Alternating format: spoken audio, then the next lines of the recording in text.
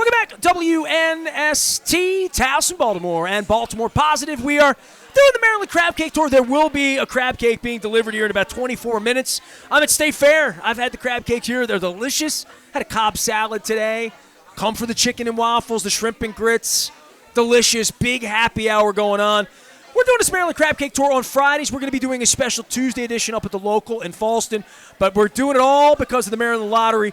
They sponsor us. Bill Wiedel's going to get a winning lottery ticket here. We've given us a few winners away already. Had a lot of parties out here and people having fun. It's also brought to you by our friends at Window Nation. 866-90Nation. You buy two, you get two free. 0% financing. I got a banker here and may say something about 0% financing, and where my wife's looking at getting a car loan and she's going to buy a car from Dennis and how much, and then I hear real estate and prime and all this stuff. Here to talk all things banking and hopefully a little Janet Jackson and Anita Baker on Mother's Day weekend and getting me ready for Bryan Adams, Joan Jett, Kiss. I wore this for you. It's my Aerosmith belt buckle. Nice. That's Aerosmith. So I'm ready for the CFG Bank Arena. Congratulations, man. Thank you. It's good to see you. Bill Wiedel is here from CFG Bank. President, right? Not President, and CEO. Yep. Right, okay. And local. When I say meet me in Catonsville, I don't have to give you directions. Correct. I grew up not far from here, actually, about maybe 5 miles southeast in Lansdowne. So Lansdowne. Beautiful Lansdowne. You were a Viking, were you? I was, yeah. There is a rumor that you were once a student of Don Moeller. 9th grade social studies. Absolutely. What do you remember? Was that contemporary issues? What was that? American history? You don't remember? It went back not only American history but world history. Okay. Yeah. So I didn't know what he taught, and look at how you turned out. You're bank president. You're respectable. Yeah. Somehow I figured it out. We got Dundalk and Lansdowne coming together. So there you go. It's like Wonder Twins. For your bank. And I go back to almost getting a piece of business with your bank 15 years ago when Brian Billick bought into my company on behalf of Living Classrooms Foundation. We had a meeting with the then president of CFG Bank. He was a Giants fan. We had a meeting at the Center Club. We sat down, and I left not really fully understanding what CFG Bank was, but there was a point where they were going to have storefronts. Now, I'm going back a long time. Yep. And people started seeing the CFG Bank pop up in Towson.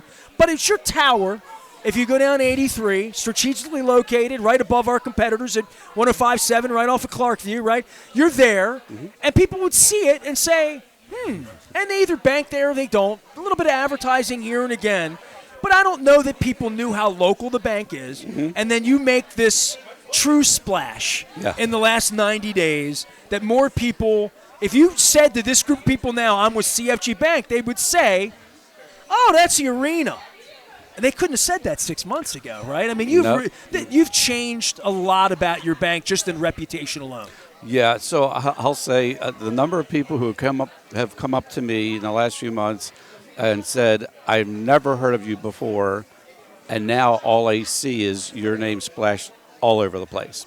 And so let's go back, Nestor, because basically what happened, what precipitated all this was when Howard Bank sold about a year and a half ago, we recognized that we were going to be the largest bank headquartered in Baltimore.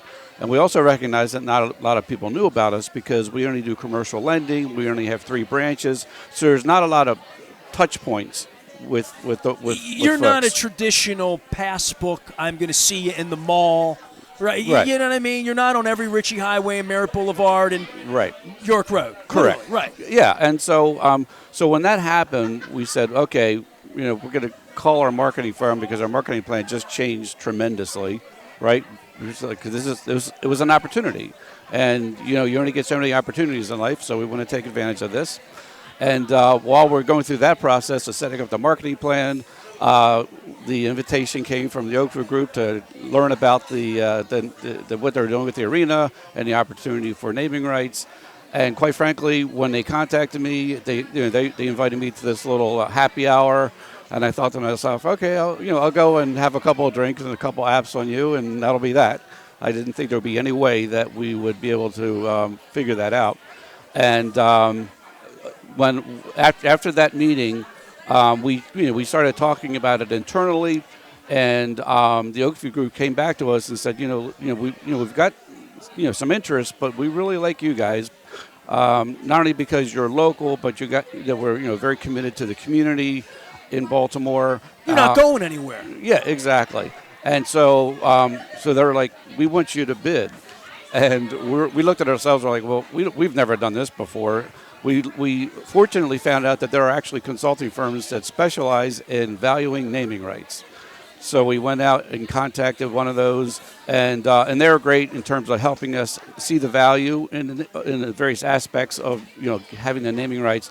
And then they put us in touch with a couple other banks that had already been through this process, and we talked to a couple of those, and every person we talked to said that it far exceeded their expectations in terms of the impact of getting those naming rights. I don't think there's any way you can't be pleased with it. I mean, I'm pleased in that I'm not pleased at Janet Jackson's more than I want to spend on Saturday night, and I saw Seal twice this week.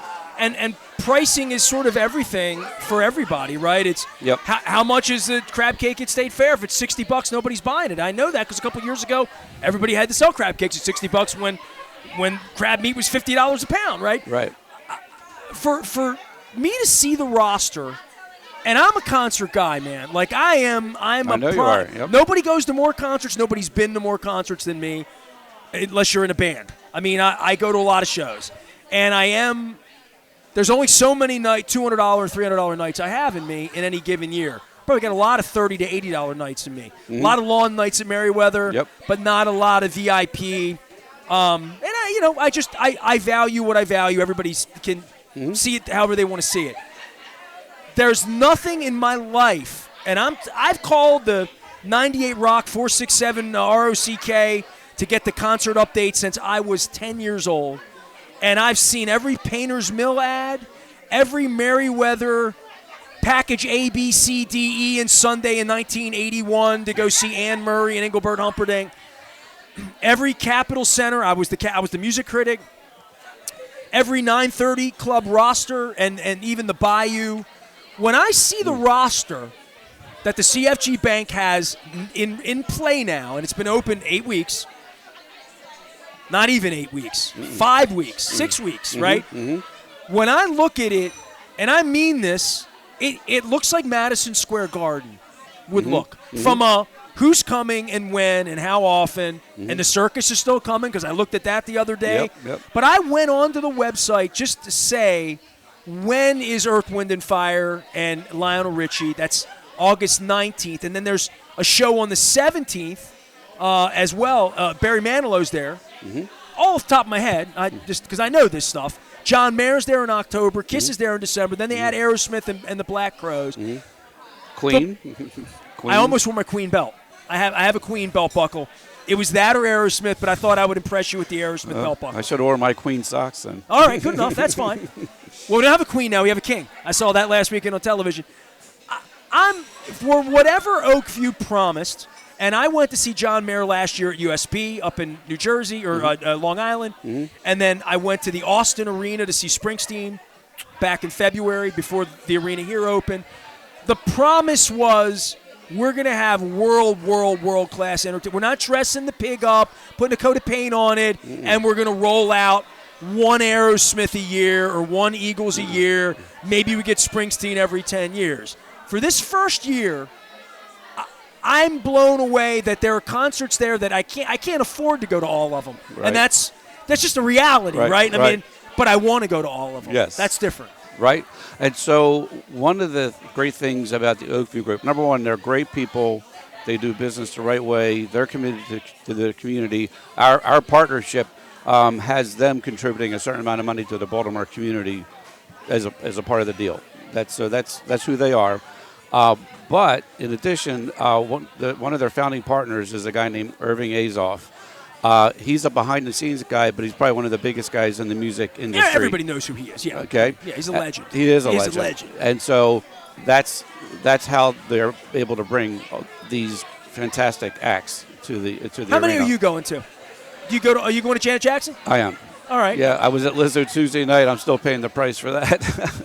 How was Lizzo? Lizzo was very entertaining. I will say with all the teenage girls screaming, it took a couple of days for my eardrums to recover from that. I went to see Seal Wednesday night.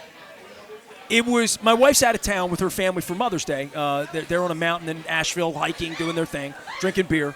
I'm home with the cat, right? I got back from Maui. Life's okay. I'm working. I love my work. I'm here at State Fair with Bill Wiedel from CFG Bank Arena at CFG Bank, and we're having cocktails and people are having fun. I'm giving away lots. I got a good gig, right? Mm-hmm. But the Seal thing hit me at Anthem on Wednesday, and I had to drop my wife off the airport, so I'm halfway to D.C. already. 3 in the afternoon. I'm like, beautiful day. I'm looking down the water. I haven't done it since before the plague. Mm-hmm. You talk about a building. Have you been to the Anthem? Yep. Oh, yeah, it's fantastic. It is just a stunning. Yep. And I've been in that neighborhood and what they dream of there and the activity. There's a Pendry there, right? The wharf. It's on the wharf in D.C., and they have done a fantastic job. You know, I've been there, several times. You pull your car into the garage, Friday night or Saturday morning, and you don't have to go back to your car at all because on that wharf are restaurants, bars, music venues, hotels. Seafood. They had crabs. I'm calling them Maryland crabs, but they were in D.C. Yeah. But they have the same crabs we have here. Yeah. And they had them on the deck. I mean, it really was spectacular in a way that if you haven't been down there, it's very grown up, right? And it's something that you see that you want to bring here. Mm-hmm. And it's something that, and look, we all know I have my differences with John Angelos, and you might have differences with Wes Moore. I don't know. But Wes and John went down to Atlanta to see what they did in baseball and say, how can we bring that here? Right. And now we're trying to figure out the Inner Harbor. Right. And then we got Topgolf. And when we got things happening in the city, mm-hmm. somebody came in, and you were the first one, you and Jack and the bank, to say, all right, we're going to put, and maybe not you guys, maybe it was Weller and Port Covington that they're rebranded, and I'll never call it that, by the way, even though you'll put a location there one day. It'll always be Port Covington to me. I get like it. Lansdowne to you and Dundalk to me. But you were the first one to put your name up on the arena. You're first in. I mean, the Orioles are getting better. The Ravens have Lamar. I'll get all that, right? Mm-hmm. But you were the first ones to say, we're going to take the elephant, the 60-year-old, old, tired girl that my affinity of the Civic Center, right? So Yeah. I'm the guy who loves it. I always have loved it. Always. I miss it. It was kind of cool being in my old girl for the Eagles. Looking forward to going back. But you invested in it, and you're a Baltimore company. That's why I brought you out today more than anything else to say, what do you see? What do you see? Tell them what they need to see when they come in for Lizzo or Janet Jackson or what, because they're going to come in. Mm-hmm.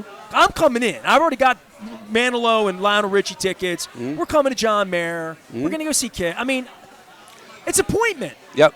So I'll talk about the arena and the Baltimore Peninsula in combination, and then come back to the arena.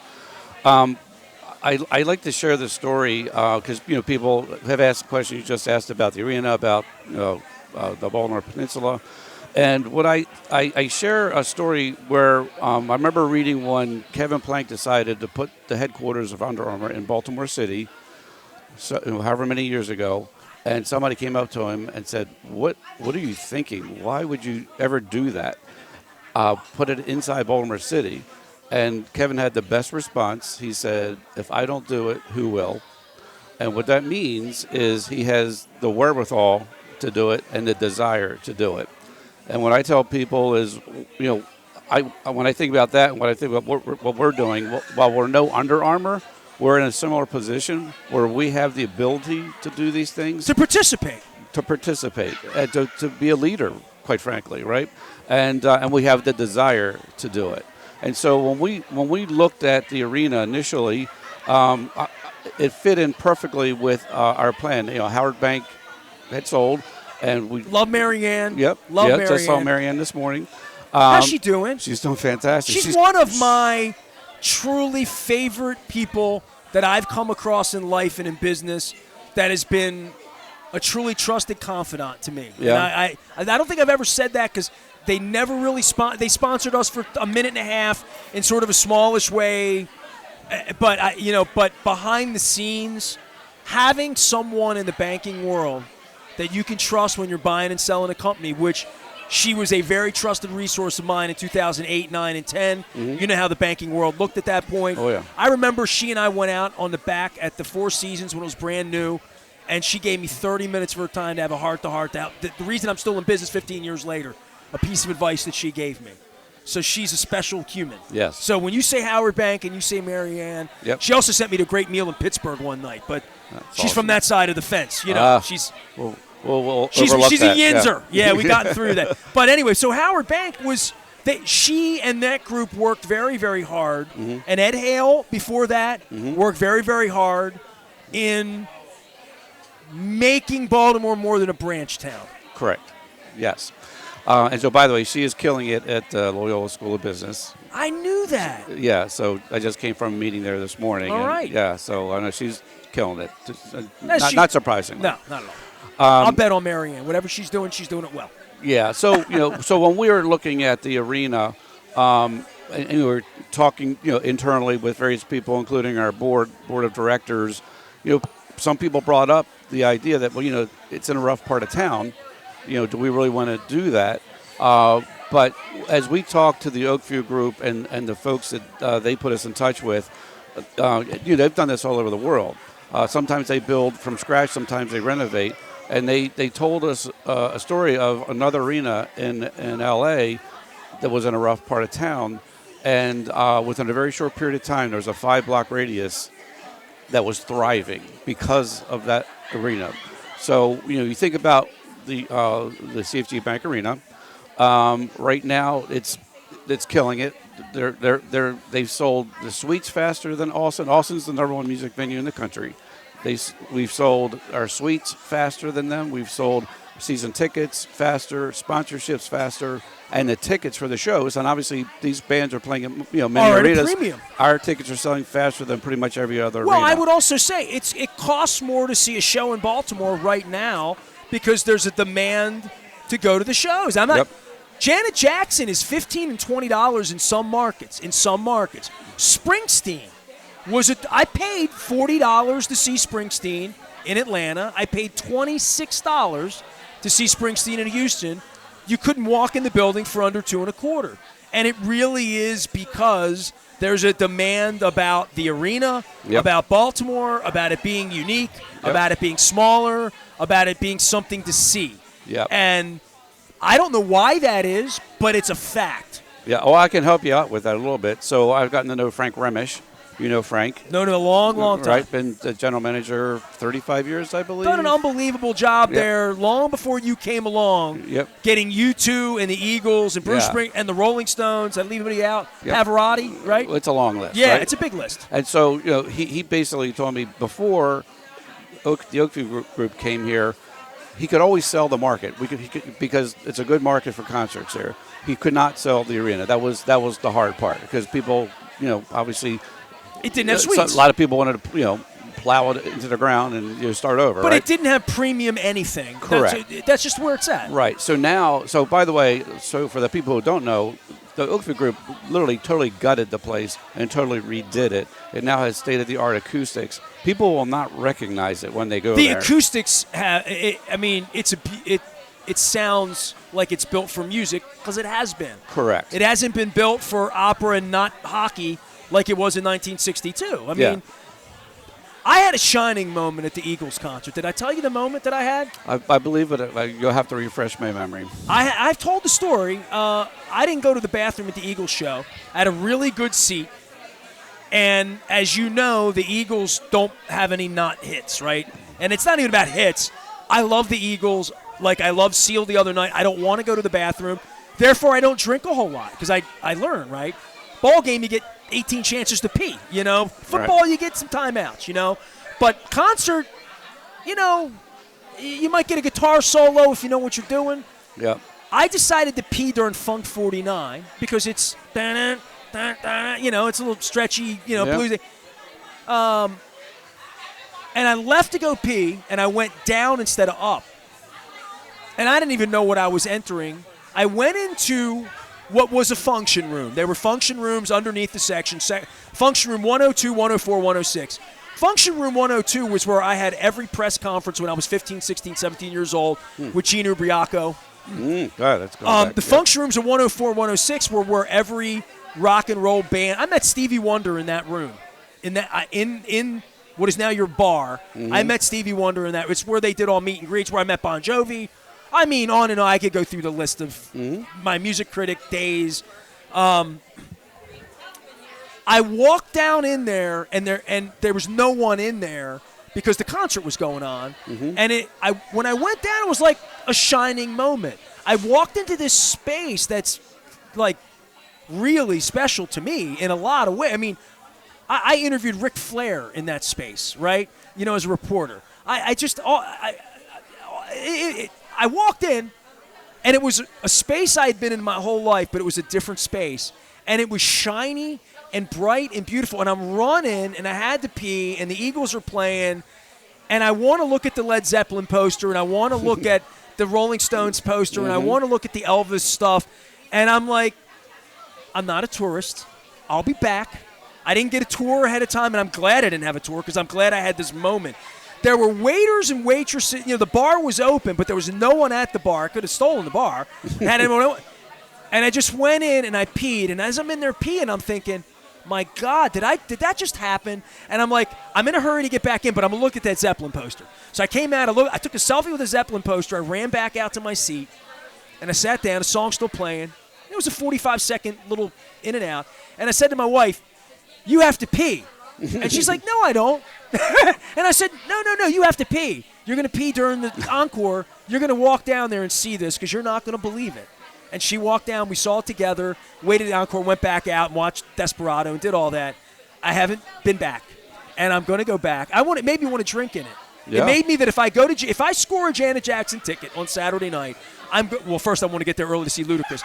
But if I score a Janet Jackson ticket, unlike almost every other arena where what time Luda's on at 7:25, I'll walk in at 7:10, pee and sit down. I'm probably going to want to get there early to just experience it. It was a beautiful space. So that's the only story I have for you, really, other than it's kind of dark on purpose. It's a little cramped in areas because they couldn't build it out like Fenway Park or Lambeau Field. It is what it is.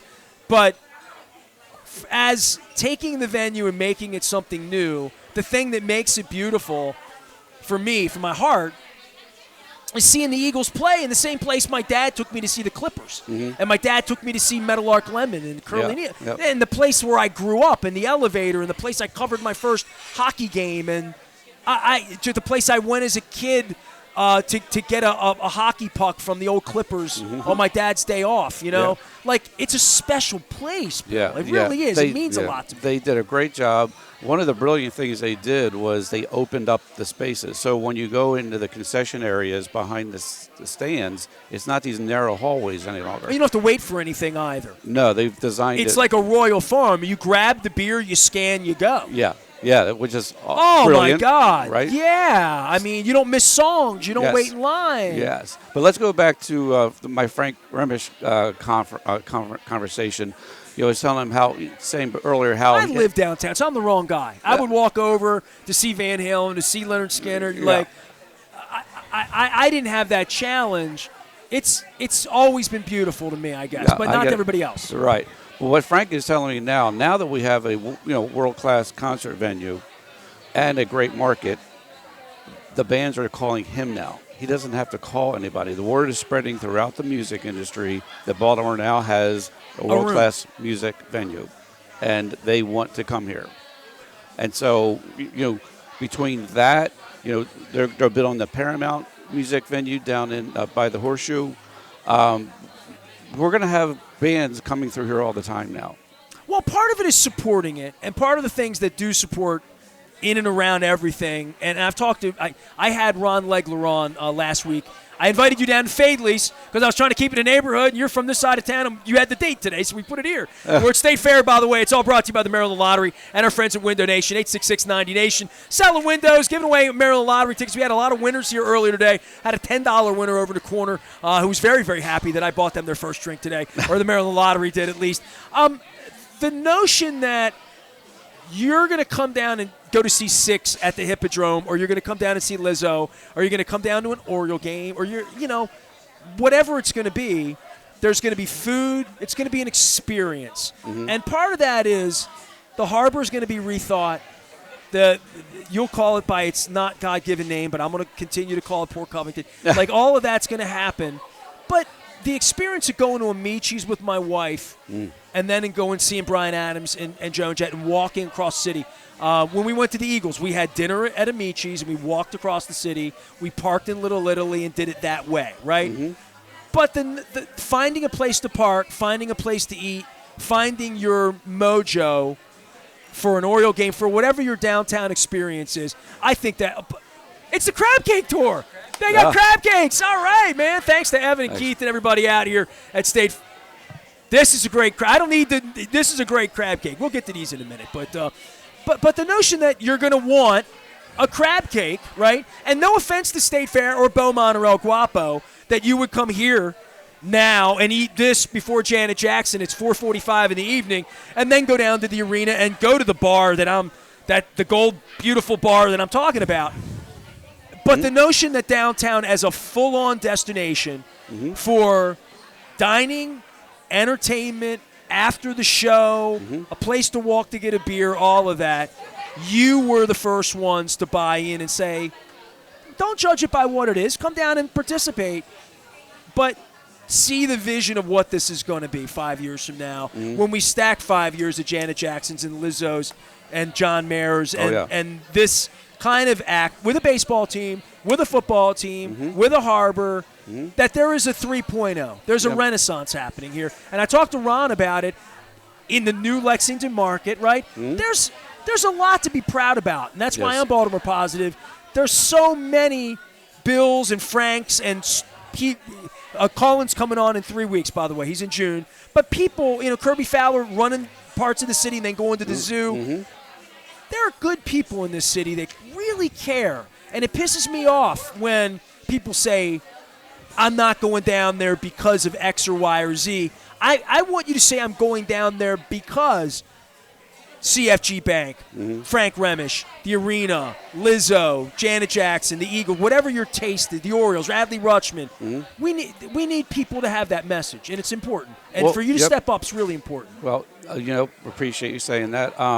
One of the things that the way I see it is people are going to come down to see the shows, right? Because, like you say, you want to see certain artists, and I think what's happening is people are talking about these shows like it was an event. Like, hey, if you weren't there, you missed something, and I see that happening. If you weren't at the Eagles, you missed something. Correct. I mean, if you weren't at Springsteen, you missed something. Yeah. I missed Lizzo the other night, and it was all over my Facebook. I mean, everybody, it's not my music per se. No. But if you would have called me and said at 6:30 I got a ticket, I would have gone because I love music, but I wasn't I was at Seal. I couldn't have gone. I was at Seal Wednesday night because that's what I wanted to do.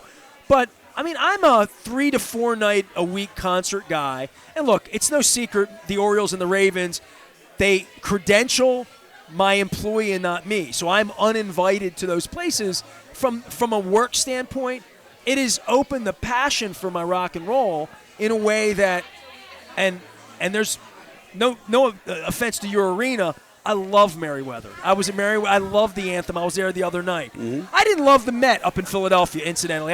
It's not a place I would go back. I don't feel that way about the arena, certainly, but Merriweather. I was at M3 all day last Saturday with my wife.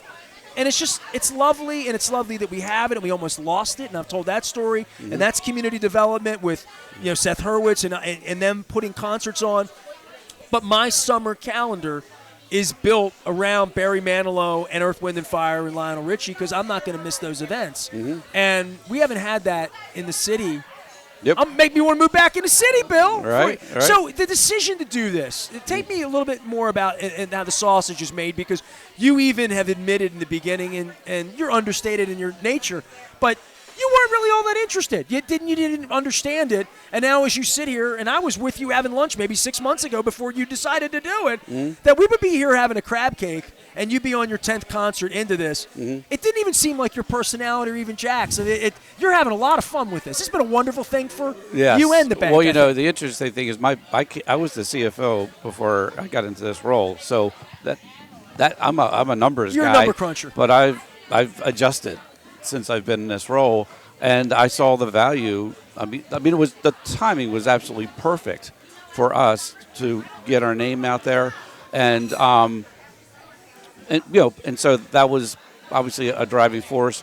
But as we talked to people about the challenges that we could face, we said that's okay. We're still going to do it. But going to the heart of your question, the thing that really helped was getting to know the people at the Oakview Group. They've had such great success doing this in so many other places, and we've talked to other people who work with them. There are a lot of people who said, it can't be done here. It's Baltimore. They ain't going to do it's very easy to piss on things, and I don't like that. And for somebody to open their ears and say, no, we're going to do it. There's a model for this, and there's no reason we can't do it. Correct. We have these resources. We have assets here. Yeah. Incredible assets. No, you're right. There's been so much negativity around Baltimore, and that's why people were saying that. But Tim Lewicki, who is another founding partner of the Oakview Group, he was the first general manager of the Baltimore Blast. So he has some roots in Baltimore. He remembers the rats in the office 45 years ago. Yes. And so, I don't know for a fact, but I'm pretty sure he was the one who probably convinced his management team. Baltimore's an opportunity. We're going to Baltimore, right. And it will absolutely work in Baltimore. Well, it's working, man. It really is. And I want to say this to you as we're in State Fair here. There's young people, old people, black people, white people, right people, left people, north people, college people, Oriole fans, there's NBA draft watchers, all this. Sports in my life in 31 years, and I've written this in my books, right? It's the thing that's brought people together. Parades around the football team. Mm-hmm. I don't know that the baseball team is as multicultural as they could or should be. But, man, music makes the people come together, as Madonna once said. Yep. And I love that song. I was at a Seal concert on Wednesday night, and here's Seal, famously married to Heidi Klum, and he talked about the song Prayer for the Dying, and he wrote that out of love for thinking of the legacy of people and the circle of life and keeping people together. And I think to myself, music, I've just mentioned country, rap, young, old. I went to the Joe Biden rest stop at 1 o'clock in the morning in Wilmington, Delaware, Christiana, on my way back from Seal, and Taylor Swift had let out in Philadelphia. Mm-hmm. To see the rest stop at 1 o'clock in the morning after Taylor Swift and seeing beleaguered parents with children and just thinking, music, man. Music made my parents camp out for AC/DC tickets for me in 1981 to meet young people. I bet you're meeting people that as a CFO, certainly, number crunching, or just the bank that lent money to commercial lenders, I would think between Bruce Springsteen, Lizzo, Earth, Wind & Fire, Janet Jackson, and you're just meeting different people for your bank. It's good business for people to come together. It's funny you say that because I tell people all the time, I said, in a way, I think it's more valuable to have the naming rights to this arena than the football stadium, because if you think about it, and I don't know what the numbers exactly are, but probably 50 to 70% of the people are the same people every game. PSL holders on purpose. Yeah, right. They wanted the same people. But you look at the arena, and not every, but pretty much every show is bringing their own demographic. And so we're getting exposure to a lot more people in that regard. And not to mention the number of shows each year. So, and by the way, that only as many shows as you've seen for this year, it's going to be off the charts next year, because then people will have heard about it, and then they'll be scheduling us. I've done long segments about this, and you've probably seen them. I know the Oakview folks have seen them before. I had Ron Cassie here from Baltimore Magazine. Mike Rosenfeld and he went down to Austin 7 or 8 months ago, and when it was on radar that you might be the bank doing this, and I started paying attention to it. I'm going to concerts either way, but the notion that this could happen so quickly and that it's actually happened, and I know Frank Remish must be just beside himself because he wanted this and wished for this, and people like me that live downtown that love music, and I like going to Merriweather. I don't mind driving to Philly, but why do we have to do that? Why didn't we have that the last 40 years? The thing that makes the arena so unique, unlike their USB arena up in Long Island, it has a hockey team, every date's available in the Correct. arena, right? There's no tenant. Madison Square Garden has to hold dates for the Rangers and the Knicks, Yep. where John Mellencamp can't play there, and they can't get Lizzo that night. Lizzo has to go to Baltimore or Worcester, or Yep. some other Reading has to go somewhere else to have an arena to play in. Yep. And once this first year it starts to happen, and you build the base, then we start to get downtown more built out. And I'm going to leave you with this because it's a perfect segue that you didn't come to Fadley's. You've had a Fadley's crab cake, or you've never had one? It's been a long time. Man, they're different. They taste different than this. But I was down at Fadley's, and we were talking about like good things in the city and things growing. And she put crab cakes out, and they got cold. Now this is and Nancy. Fadley's is coming right here in the parking lot, right? Mm-hmm. So Fadley's is going to have their place right next to State Fair. So it's a great segue to talk about crab cakes. That this has been sitting here about 7 minutes now since it got brought. You would say, I got to eat it while it's hot, and I want to end the show. We don't even have any cutlery up here, so I can't even get after it, but we will. But Nancy Devine, the creator of the world-famous Fadley Jumbo Lump Back Fin crab cake, she says you never want to eat it hot. You always want to eat it at room temperature, always. It has more flavor. The flavor binds better. So she tells me this. This is back before the plague. When I had that video that millions of people saw me opening a crab on Facebook, it was the summer of 19. She tells me this, and I'm like, okay. I mean, this is the crab cake lady telling me that my crab cake's too hot. Don't eat it hot. And I'm like, crazy old lady, crazy old lady, I had a crab cake, and I'm a talker, Bill, right? I talk a lot. Mm-hmm. I had reheated a crab cake at home, and I let it get, like, cold. It'll get cold. Your food will get cold, what they say in a restaurant. And I ate it, and it tasted better. And so I confirmed it, and then I had to go back, tail between my legs, and tell this woman with this beautiful wisdom, that letting this sit is not a bad thing. Because I saw you get Nancy. Like, you're pulling it toward you, and you're thinking, it's getting cold. I'm telling you, you want it cold. So you reminded me of something. Do you know why people in Europe drink their beer at room temperature? Because they don't have ice. Well, no. For the same exact reason that they you think just it tastes described. better. It tastes. There's more flavor in the beer when it's at room temperature. So, same concept. Weirdest thing about Europe, other than maybe the wrong side of the road if you're on the wrong, you're in Ireland or UK or whatever, the fact that they don't have ice. Like, if you go anywhere in Europe for the first time and you want to totally embarrass yourself as the ugly American tourist, ask for more than one ice cube. Ice to them is a singular. I've heard. It is not plural. Mm-hmm. And they drop the cube into your soda, and you watch the ice cube just evaporate. And then it's warm again because it's 92 degrees and you're in Rome or whatever, and you're like, por favor, mas hielo, and they're like, ugly Americans, We love what we love here, though, All the more reason to drink red wine when you're over there. There you go, at room temperature. Bill Wiedel is here. Tell everybody about your bank, because and we'll get to the crab cakes and we'll wrap things up down here at State Fair. And I really appreciate Evan, everybody, for being great. I mean, the crab cake tour, it comes with some side benefits. I'm not going to lie, but I'm just thrilled you had a chance to come out and chat because I didn't think we got it far enough in the bank. We need to do more about the bank. But, like, I own a business. I am in a loan I don't like with a big shop bank that I hate. Full, can't get out of it. I'm at a rate now that the rates are this and that. I'd love to come to you and say, all right, I'm in my third deal. I'm in WNST 3 I'm 55 years old.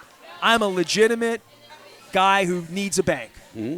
How do you help me? How do you help someone like me? So I'll give you some background first. So we're privately owned by one person, Jack Dwyer. You mentioned him earlier. Is that unique? Yes. Okay. Especially for a bank of our size. He's a tremendously successful business person, very much an entrepreneur, and it allows us to do things that other banks don't do. We can do things faster, easier. It's hard to differentiate yourself in the banking world.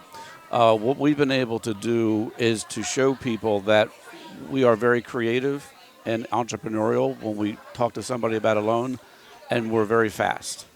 And interestingly, I was telling that story at a luncheon about a month ago, and a woman interrupted me and said, Bill, excuse me, but I just want to tell the folks here that what you just said is absolutely right, because just worked with your folks about a few weeks ago on a loan, and they were incredibly creative and they were incredibly fast, and it was just the number of times I hear people say that was the best experience I've ever had with a bank.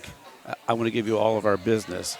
Because, well, I have a real need. If I come to you, I want to hear what you can do, Yeah. not what we can't do, right? So when you say Yeah. get creative, Correct. what does creative mean? So basically, a loan is more about just term and rate. There's depending upon what type of loan it is, there might be might need to have certain covenants to protect the bank. But the client might be a partnership, and each of those partners might have different issues and different needs, and so sometimes you have to be a little creative to be able to make the loan that the client wants and needs, make a loan that meets our needs, but addresses all of those issues. Well, it doesn't do anybody any good to have a bad note, right? I mean, like literally, like if they can't pay it and they're going to go upside down, and Right. there's no winner. There's Correct. no winner in a bad ending, right? Right. Yes. A bad ending for one is a bad ending for both. Right, and so when you're creative, you can structure a loan to address those sort of things as well. So, so as I mentioned earlier, we only do commercial lending, and I'm going to come back to that in a second. We only have 3 branches because, let's face it, the world's going digital. Because we only do commercial lending. You're not thinking in terms of bricks and mortar, right? Correct. Okay. But what we've done is we've taken all that money that we saved because we don't have a branch network, a big branch network, and we put it into our rates.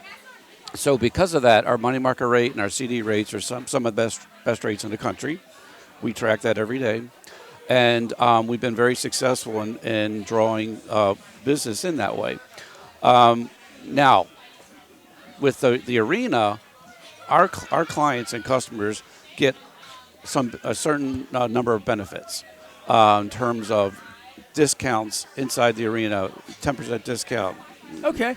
This is not in place yet. So if I'm banking with you in the future, I would get 10% off my beer if you're using the CFG debit card, of course. Okay, fair enough. Right, and so you get that. You get early access to the arena, separate entrance. You don't have to stand in a long line. And some other things. Now, what we're going to do is we're going to take those benefits and then throw in some other benefits because of our position in Baltimore, and create this incredible checking product because we want to expand our reach in retail deposits, and also in conjunction with that, we want to establish a partnership, preferably with a fintech, to be able to offer some consumer loans because we know people, there is a need for that as well. And so we're going to basically, go after retail deposits because, we want to be Baltimore's bank. You're a growing bank. We are growing. Well, yes. I mean, that vacuum that's missing without Mercantile and Provident and First National and the banks that I grew up with, Loyola Federal. I mean, the Oriole broadcasts were all banks, right? And everybody had a spokesperson, Rosedale Federal, right? So there were just so many local banks. And it's such a tough industry, right? I mean, it really is where the big guys have really Well, the Walmart of banking has done in all those names I just gave you. Yeah. So a couple things. So the big banks control credit cards, residential mortgages, and car loans. And one of the reasons that's the country. Yeah, that's right. The country. That's the vast majority of consumer lending, right? And so the reason is because the government, for better or worse, they put in all these regulations to protect the consumer, and so you need to create an infrastructure to be able to handle all of those rules. And so who's better at dealing? It's like with pharma. It's the same thing. A corner pharmacy can't handle the regulations. My friends at Drug City talk about that versus where CVS can have a network to handle the law, right? I mean, that's the biggest issue. Yeah. Compliance, right? Yeah. So they're able to scale those businesses much easier than a bank our size. And so, to my way of thinking, most people, if they need a credit card, mortgage loan, car loan, they don't care whether they get it from their existing bank. They're going to go out and get the best deal they can, right? And so we don't even need to offer a tremendous amount of consumer lending products, just the basic ones that people can relate to it, especially in conjunction with a checking account. So that's what we're focused on. But because we truly want to be Baltimore's bank, we want to be top of mind when somebody wants to change banks. Hey, I'm going to CFG I'm Bank. that guy. I want to change banks right now. I'm glad you're here. So in real terms, not for me, but for someone like me, call the bank, email. What's the best way to reach to someone if there is a business owner out there that says, yeah, I don't like my bank, and I was down at the concert. I saw Lizzo, and I saw the name. Because I do think you are a little bit of a mystery. I know you personally, Jack, a little. I've been driving by the tower for 15 years, but you are a little mysterious in that way. So the more to learn, and now that you're out in front of this, people want to know more. How do they do it?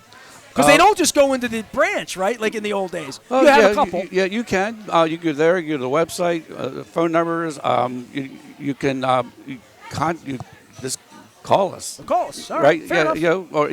When we're out and about in the community. Nice. Yeah. So we run into a lot of people. Well, I run into you here and again. You and I were at the Mike Elias event. Yes. People wouldn't believe seeing me there, playing nice with the Oriole GM, giving him copies of Purple Rain and whatnot. The upswing of sports has been beautiful too, right? I mean, you're a real Baltimore guy. You're a Lansdowne guy, born and bred here. The Oriole Raven mojo, as a true sports guy who's done this for a living for 31 years, this is as much prosperity over the next 5 months, where you have a competitive baseball team, you think you have a pretty good football team. We had a plague. We had the Orioles stink for all these years. The Ravens had this, problems the last year or two. Yep. This is a good period of hope. It's going to be a good summer here. Yeah, I mean, deep down I feel like we're on an upswing in Baltimore with all these good things that we've talked about, but we sure need to solve that crime problem. Yeah, well, right? And that's at the heart of all of it. And once we do that, but the rest of it's here. Crab cakes are still here. The harbor's still here. The infrastructure's still here. Lizzo's here. Janet Jackson's here. Yep. Orioles are here. We have a great city here. They call us the city of neighborhoods, and it's true. And every neighborhood has their own distinction. I mean, I've been in Mount Vernon plenty of times, but just recently I've been spending more time there, and I really appreciate the architecture. My wife loves just looking at the restaurants, buildings. and it's so every part of town has something special about it. But we're in Catonsville. They have a special crab cake. It's Maryland Crab Cake Tour, presented by our friends at the Maryland Lottery and our friends at Window Nation. I'm with a serious banker here from CFG Bank, so I couldn't wear my Window Nation hat, my wacky floppy hat, but I'm going to throw it on here so I look more official. 866-90-NATION, the Instant Lottery Scratch-Offs. We're going to be in Falston at the local on the 23rd. That's Tuesday, 2 until 5. Big appreciation for Bill Wiedel. We're going to rinse off. We're going to get some cutlery. I might get some chopsticks. My thanks to State Fair, Keith, Nate, Donnie, Evan, everybody for having us out here today. We're going to be over at the Beaumont El Guapo. They got a pit beef stand out here. Haven't had it yet, but I've had this crab cake. I know it's going to be delicious. Signing off from State Fair. Find our friends at CFG Bank Arena or at CFG Bank or right on 83 or on the interwebs. I'm Nestor. We are WNST AM 1570, Towson, Baltimore, signing off from Catonsville.